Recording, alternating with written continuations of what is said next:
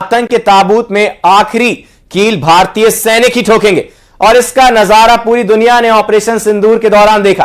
पाकिस्तान में बसे आतंकियों को उनके घर में भारतीय सैनिकों ने मारा, जिसके बाद आतंकिस्तान में मातम फैला हुआ है। देखिए खास report. Is a sanctioned terrorist under the American sanctions regime. His name is Hafiz Abdul Rauf. I am surprised that I am being talked by the Indian media. So my parents were teachers. He's got 3 daughters, son.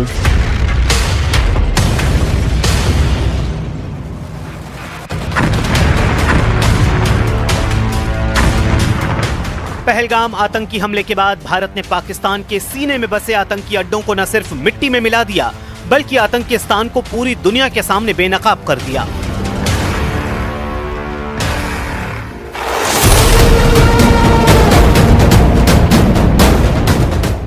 भारतीय सेना, भारत सरकार, भारतीय राजनयिक और खुद PM Modi ने पाकिस्तान की ये तस्वीर पूरी दुनिया को दिखाई। इस तस्वीर में आतंकी हाफिज अब्दुल रऊफ ऑपरेशन सिंदूर में मारे गए आतंकियों के लिए नमाजे जनाजा पढ़ रहा था। आतंकी रऊफ सबसे आगे खड़ा था।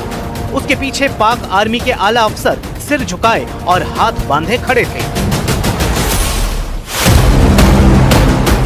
तस्वीरों में जरा देखिए, आतंकी हाफिज अब्दुल रऊफ के साथ पाक आर्मी के कई अफसर नजर आ रहे हैं, लेकिन इनमें से 5 अफसर बड़े ओहदे वाले हैं, जिनकी पहचान भारतीय सेना ने की है।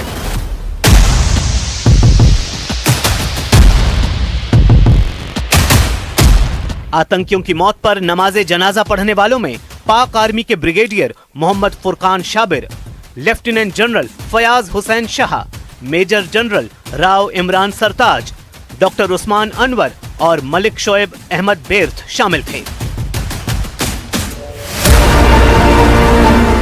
आतंकियों और पाक आर्मी अफसरों की साठ गांठ की इस तस्वीर के बारे में पीएम मोदी ने भी पूरी दुनिया को बताया। कल रात देश के नाम संबोधन में उन्होंने कहा कि ऑपरेशन सिंदूर के दौरान दुनिया ने पाकिस्तान का घिनौना सच देखा है। जब मारे गए आतंकियों को विदाई देने पाकिस्तानी सेना के बड़े बड़े अफसर उमड़ पड़े। पीएम ने कहा, स्टेट स्पॉन्सर आतंकवाद का ये सबसे बड़ा सबूत है। ऑपरेशन सिंदूर के दौरान दुनिया ने पाकिस्तान का वो घिनौना सच फिर देखा है। जब मारे गए आतंकियों को विदाई देने पाकिस्तानी सेना के बड़े बड़े अफसर उमड़ पड़े। स्टेट स्पॉन्सर्ड टेररिज्म का ये बहुत बड़ा सबूत है। इस तस्वीर की चर्चा पाकिस्तान में भी हुई। पाक आर्मी जानती थी कि भारत ने जिस तरह से उन्हें बेनकाब किया है, उसके बाद सवाल पूछे जाएंगे। लिहाजा प्रेस कॉन्फ्रेंस में पाक आर्मी अफसर पूरी तैयारी से आए थे, लेकिन कहते हैं कि चोर की दाढ़ी में तिनका नजर आ ही जाता है। पाक आर्मी ने इस शोक सभा में नजर आ रहे आतंकी रऊफ को एक आम आदमी बताया और सबूत के तौर पर उसका नागरिकता का पहचान पत्र भी साझा किया, और यहीं पर पाकिस्तान गलती कर बैठा। ग्लोबल आतंकी को साधारण नागरिक बताने के चक्कर में पाकिस्तान ने रऊफ का ओरिजिनल आइडेंटिटी कार्ड दिखा दिया, जो अमेरिका के उस दस्तावेज से मैच कर गए जिसे अमेरिका ने रऊफ को ग्लोबल आतंकी करार देते हुए जारी किया था। यही नहीं, पाक आर्मी ने British news channel sky news पर चले भारतीय उच्चायुक्त का इंटरव्यू दिखाते हुए कहा कि भारत ने पाकिस्तान के एक आदमी को आतंकी बता दिया।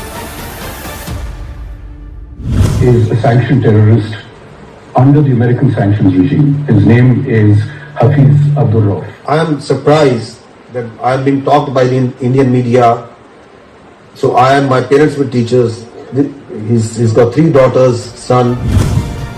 जिस आतंकी को पाक आर्मी आम आदमी बता रही है, वो आतंकी रऊफ अपने जलसों में आतंक के जहरीले बोल कैसे बोलता है, जरा ये भी सुन लीजिए।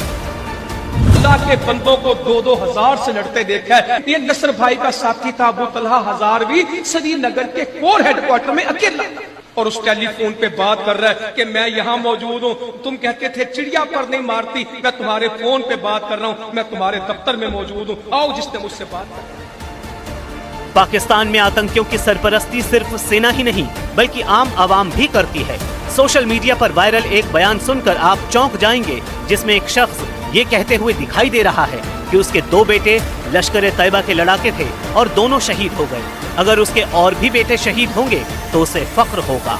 मेरे 2 बेटे शहीद हैं, इंशाअल्लाह मैनू फख्र है कि मेरे 2 बेटे शहीद हैं ते मेरे 5 बेटे और हैं। इंशाअल्लाह मैं 5 बेटे इंशाअल्लाह रब दी राह